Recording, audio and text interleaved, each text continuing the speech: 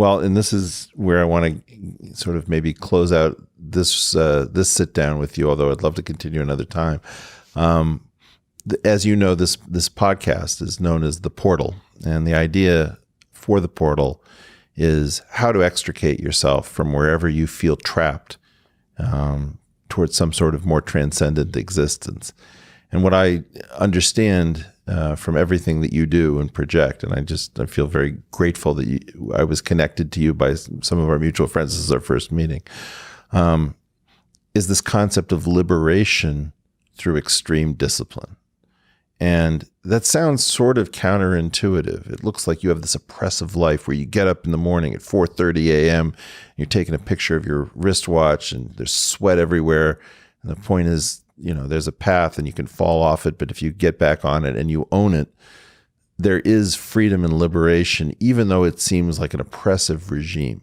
Can you talk about this as a portal and as a way out for people who haven't understood what they're capable of doing by toughening their mind and sort of making use of all of these very hard-won lessons that you've decided to share with us from places they'll never go? For me, when I was a young, new guy SEAL, I wanted to be a good SEAL. That's what I wanted to do. I wanted to be a good SEAL. And I looked at other SEALs that were respected for their operational capability. And I'm not going to sit here and tell you that I did like a Tim Ferriss assessment of breaking down each and everything and what is it that makes them great. But I looked at them as a young kid and said, what are they doing that's making them better? One of the things I noticed that they were doing is they got to work before I did. Okay, so guess what? I'm going to start getting to work earlier. I'm going to start getting up earlier in the morning. Guess what else they do? They work out every day, regardless of what's going on. They get that done. Oh, guess what else they're doing? They're studying so they understand tactics. They train with the weapon systems as much as they can. So they impose these disciplines on themselves. And the more discipline they imposed on themselves, the better they were. So when you had somebody that was hardcore disciplined, they ended up being a hardcore operator. I saw that and said, okay, I need to, and I didn't even call it discipline. I just said, oh, I got to get to work earlier. Oh, I got to study more. I got to train more.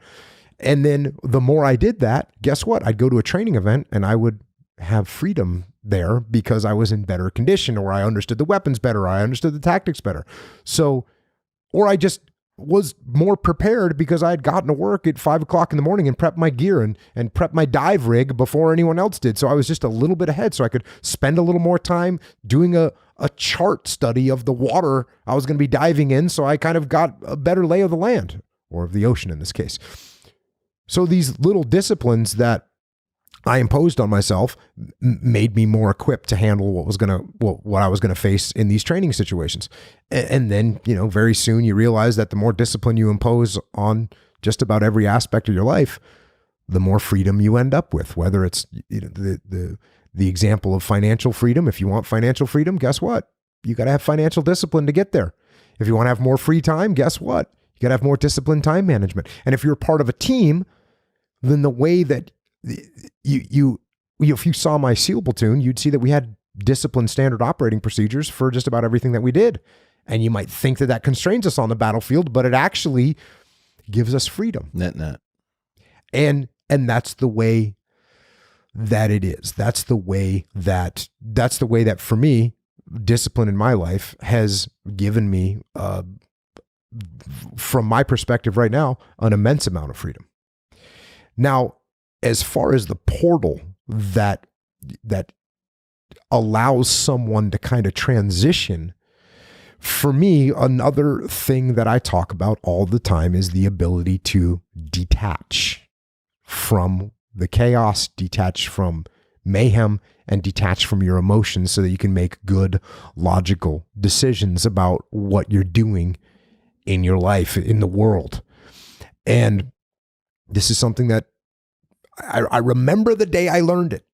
I was on an oil rig and we were doing a training operation on an oil rig, and we approached one of the main deck of the oil rig with my platoon, and everyone gets out on line on this platoon. We're all lined up waiting for a command to be made, whether to go left, whether to go right, whether to go forward, and no one's making any decision. And I think this is my first platoon. So I was a new guy. Right. And I'm waiting and no one's making any decisions because everyone's doing what I was doing, which is staring down the barrel of their gun, looking for targets.